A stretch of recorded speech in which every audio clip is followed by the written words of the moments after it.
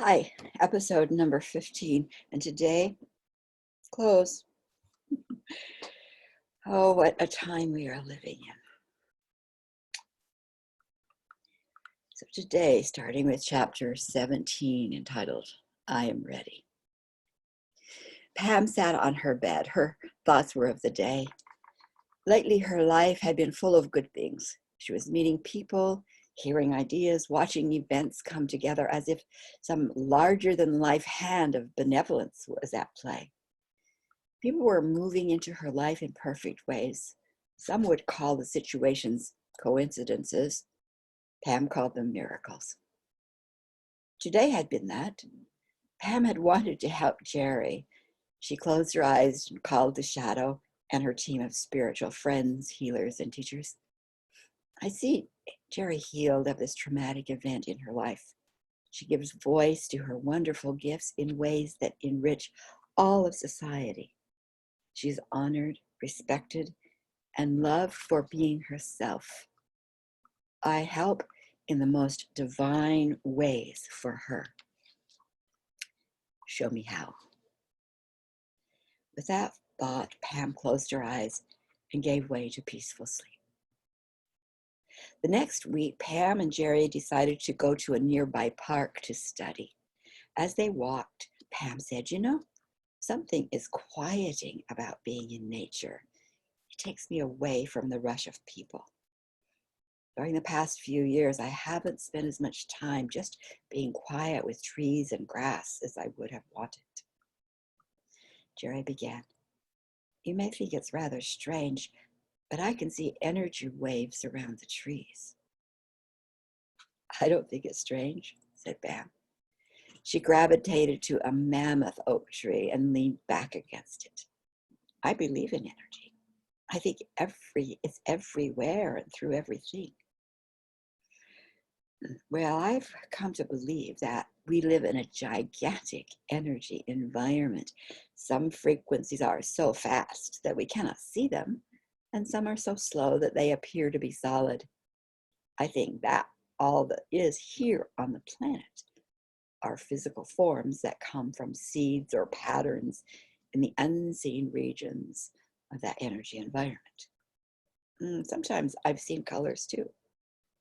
During the last 10 years, the energy of many situations felt heavy. Sometimes it even had an odor, and often it was a gray haze over things. Jerry was amazed. She sat down on the grass at the roots of the tree. Jerry had thought that her views were so unusual that she would live her life alone in a world no one else saw. And here was Pam putting words to much of what she'd experienced. What's the matter? Asked Pam, afraid she had, in her excitement, said too much. I can't believe what I'm hearing. I've seen or felt those things since I was very little, and no one believed me. My parents told me never to speak of them. You don't know how good it feels to hear you put words to it. Jerry laughed from the relief. They giggled and began to share what they had been unable to tell anyone else. Do you ever see? One would begin. I once saw, and always there was a nod of agreement, and at times laughter or tears at long-held thoughts, perceptions, and emotions. Inner walls burst and melted away. The sun was moving behind a cloud, and the robins sang to one another as they extracted worms from the grass. Then Pam shared what had happened to her that Friday so many years ago. Her tears invited Jerry's tears. Quietly, Jerry began telling about her rape. Pam could see the pain on Jerry's face and hear it in her voice. Of course, her rape was still a raw wound, screaming to be heard and healed. They held each other until the tears were gone. I am so angry and feel so powerless, sobbed Jerry. What have you done to get past it? I didn't do anything for a long time. I lived with it day and night. The rape by my stepfather and the lack of protection from my mother colored my life and my decisions. until I screamed to die. I wouldn't recommend doing it that way. When the pain had gotten so bad that I wanted to die, I was desperate. I screamed out for help. I guess being on the streets was fortunate in one way. It disconnected me from social systems. That was good, and yet not good. Who could I trust, and where could I go? For some unknown reason, the voice of one I had come to call Shadow began comforting and encouraging and guiding me. With the help of that voice, I tried other ways of seeing and acting. It was like trying on an idea to see what happened. What came from those spiritual friends in worlds beyond this one really helped. I'd be interested in knowing more about that, responded Jerry as she got to her feet. But I think we better call it a day for now. My mom will be wondering where I am. She's especially concerned about my welfare since it happened. Could we get together again and talk? Oh, I understand, said Pam, as she stood and lifted her books. She said to Jerry, and yes, I'd love to help in any way possible. It's been wonderful to talk with you. I can't tell you what it means to me, Jerry said, as she shouldered her backpack and they walked from the park.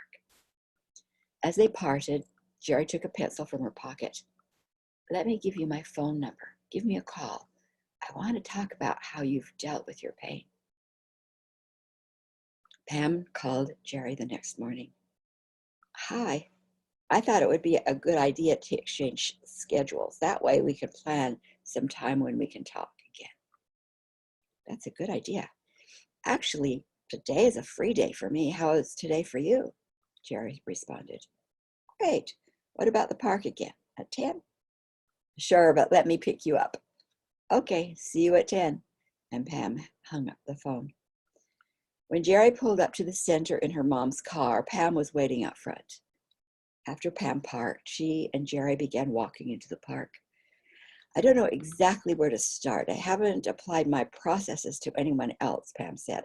I thought I would just start with whatever ideas come up in my mind. I brought my notebook so that I can keep track of what you say, Jerry said.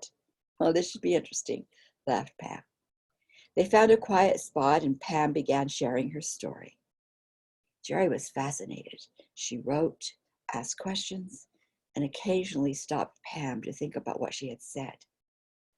Pam went over what she had already told Dr. James. Then other information came back to her with Jerry's questions. I learned a lot that helped me to see life on this planet differently, Pam concluded. It helped me to heal my pain and take back my life. I'd like to put that information into a form that would help others. Oh, I'd like you to work with me, said Jerry. After today, my schedule gets pretty busy with my college projects, and I'd like to go over these notes I've taken. Maybe we can get together in a few weeks down the road. Well, said Pam, with my studies for the GED and your college commitments, both of our schedules are pretty full. When are your projects due? Some have to be in by the middle of next month, answered Jerry. Well, that will give me time to think through what helped me and ask how the same might help you. Let's just call in the angels to show the way and plan to get together on the 15th of next month. Jerry laughed. They'd call in the angels. Jerry's notes, July 2nd. As I listened to Pam's information, I had a greater understanding of the words spoken by the Master Jesus. I am beginning to see that when Christ said, your faith has made you whole, and ask and ye shall receive, he was speaking truth. My faith in divinity is pretty weak, and I have forgotten how to access any ability to be happy and maybe even complete. I see results of human visions or faith-centered in projects, lack of pain, rather than much of a connection to a soul's essence of peace and health. I don't know how to live differently, so I've isolated myself. It seems that what Pam is saying or knows, the steps was given to be happy and at peace, are what she's willing to share with me. She will be asking for help in applying what she's received. She says that work will be in a language that is understandable to my team of masters and healers. Well, I'm ready for this. Chapter 18, Power in the Unseen. Pam began spending hours in the common area at the center. She was usually alone. It was quiet and gave her space to think. Pam listened to the inner teachers, wrote, called to mind what her spiritual friends had done for her. She asked questions as how to put the information into forms that would allow her to work with Jerry. At the end of the second week, she went to Dr. James's office. She wanted to run the ideas past him for his feedback. He was not in when she knocked, and so she left a note folded and taped to the door. She wrote, "Dear Dr. James, I met a young woman, Jerry Hall, at the library. I think she is the friend that you mentioned to me. We've talked a lot already, and she has asked me to help her with some of the things I know. If you have time, I'd like to talk with you, maybe this evening. Thanks, Pam." Rory came by after work. He found Pam in her room and knocked on her open door. "Hi, I got your note. Is now a good time to talk?" "Sure is," Pam answered. Pam picked up some papers and followed Rory out the door. They walked down the hall together. "I'm guessing that Jerry Hall is the friend you mentioned to me. Am I right?" asked Pam. "You're correct," laughed Rory. "I'm a little surprised. Your angels are pretty powerful to have brought you two together so quickly." "I know they are," Pam responded. "And look what I had to go through to be ready to help her," she joked. "I really like Jerry. She's a warm and sensitive person." Rory nodded his agreement. He had known that his interactions with Pam and Jerry would not be usual. His training was to listen neutrally, and yet he was actively pursuing Pam's experience and information.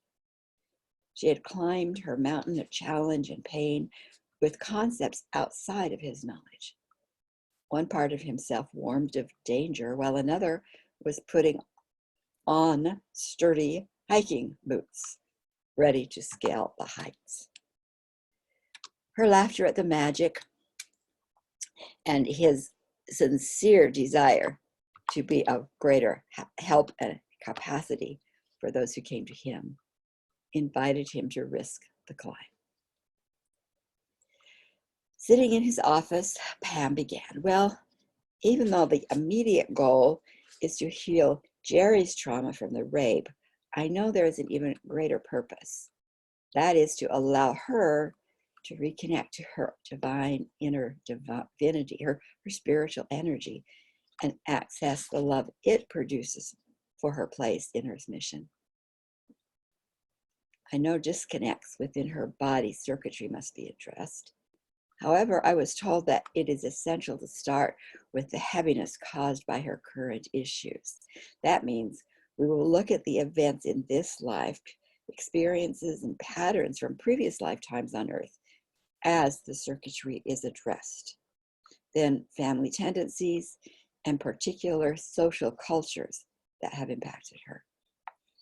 Like the rest of humans, her traumatic experiences have strengthened discordant energy vibrations.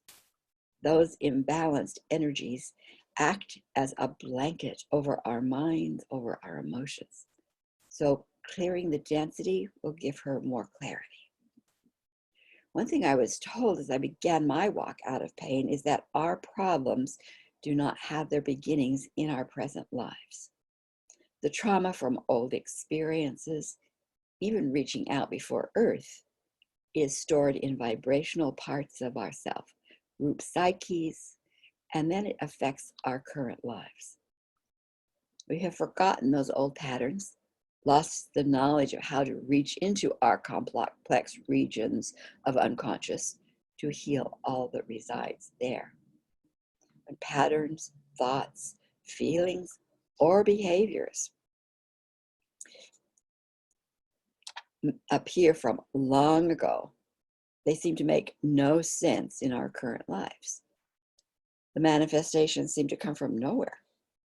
These ancient wounds are not accessed by physical senses of sight, sound, hearing, touch, and taste. Therefore, we often feel trapped in patterns that we appear powerless to change. When there's so much accumulated energy from pain, harshness, hardships, individuals see life through dark glasses. They listen with muted ears that cannot hear, and the situations escalate. Mistakenly, we see the escalation of these manifesting of the problems, and we use control to stop the actions, and we find numbing devices to dull our senses.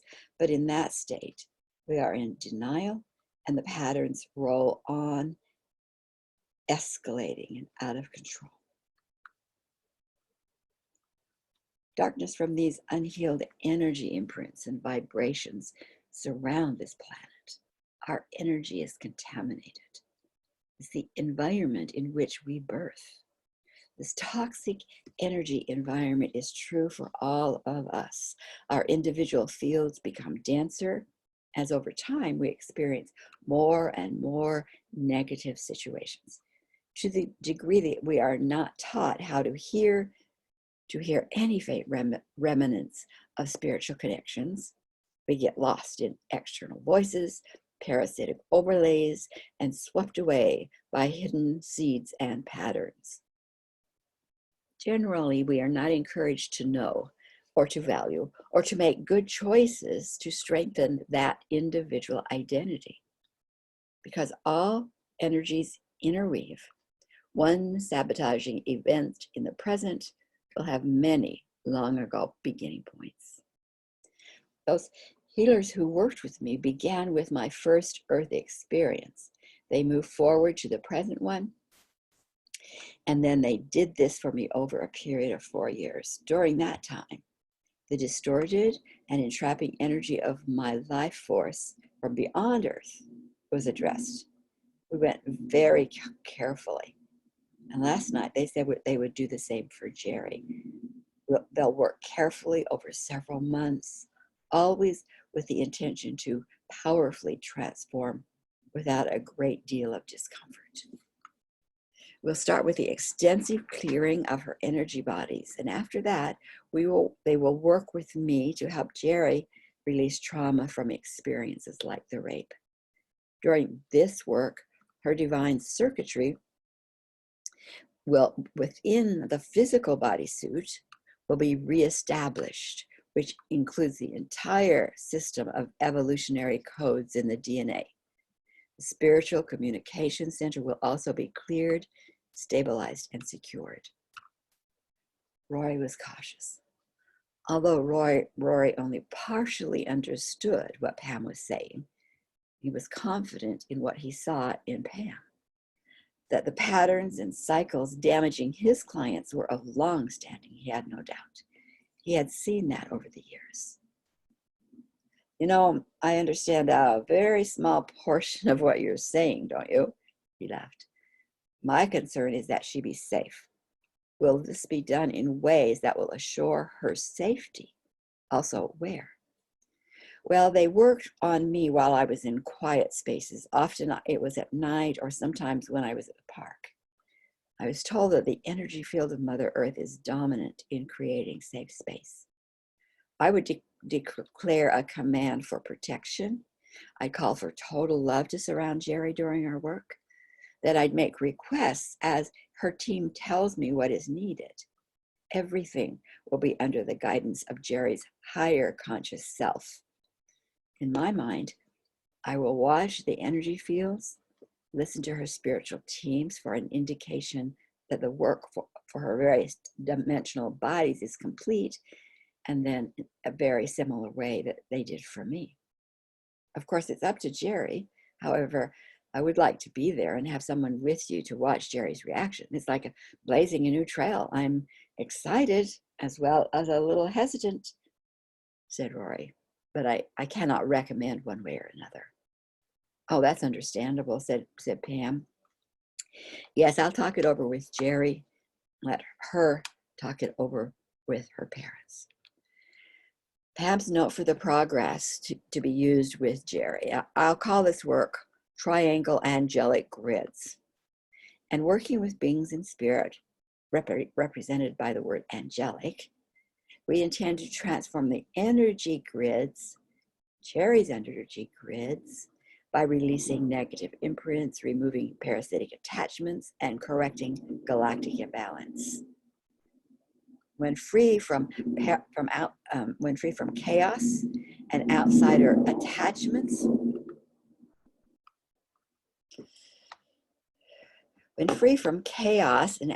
attachments, sovereignty exists in the field. Sovereignty allows vibrations to self-correct to the soul's divine harmonic frequencies.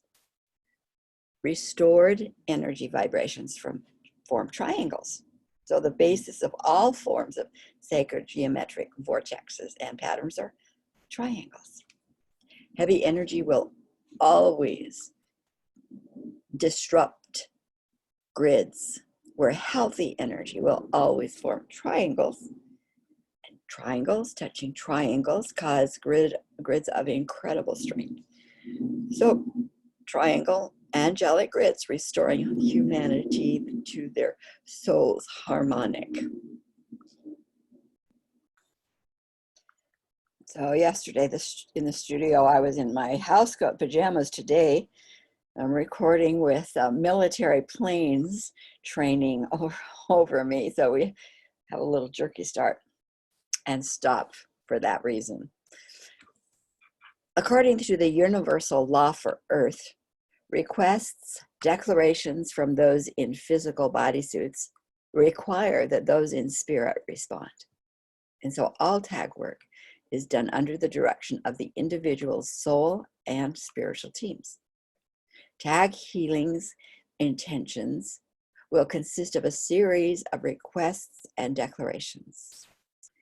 Each request grouping matrix creates energy waves that form a sacred geometric field with vibrations unique to the individual's need. This vortex will consist of specific commands. For example, one will be declarations to eliminate the dense energy stored within, around, and through all vibrational bodies, their spiritual, mental, emotional, and physical regions or bodies. Another matrix will contain commands for activating the divine DNA, correcting the body's circuitry, and reestablishing the spiritual communication center. Note to myself, speak to Shadow to make sure the requests are complete and ask for whatever additional information is needed. Creating statements. Jerry will have to be the one to call for new situations in her life. Her requests will allow greater transformation of old patterns and experiences, because as a man thinketh, so is he. Writing the statements in a journal, it will be my suggestion. The affirmation process will be too slow. So we'll create a process that adds working with her spiritual team and doing changes in design. We'll add that to the declaration process. Their assistance will cause a shift beyond the conscious mind into the complexity of our multidimensional worlds. So I will have her start with a statement that she creates a new possibility or goal. There is really no right or wrong way to begin, to just begin. The steps ought to be easy. First, Jerry will describe the qualities of or the values, she said, of those who she will work with in the unseen. They must, for example, have wisdom, honesty, commitment, etc. Then she writes a statement, something like, I am safe in communities that value my gifts and insights. Third, she'll ask her spiritual teams to help in energizing the pattern with a statement. Please move my consciousness and the consciousness of all in my world into this new reality.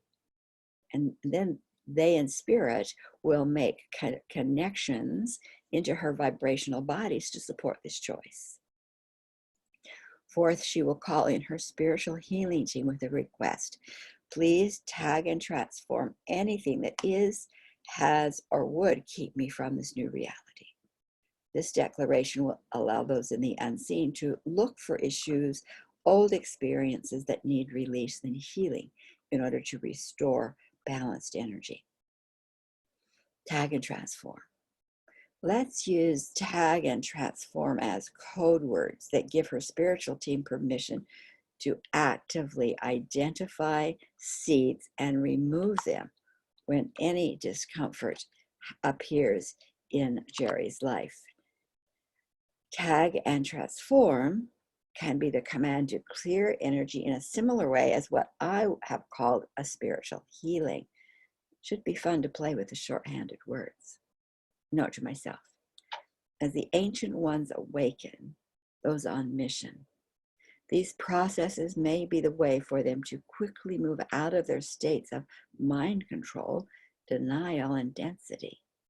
They can then lead the way for our planetary shift. More tomorrow.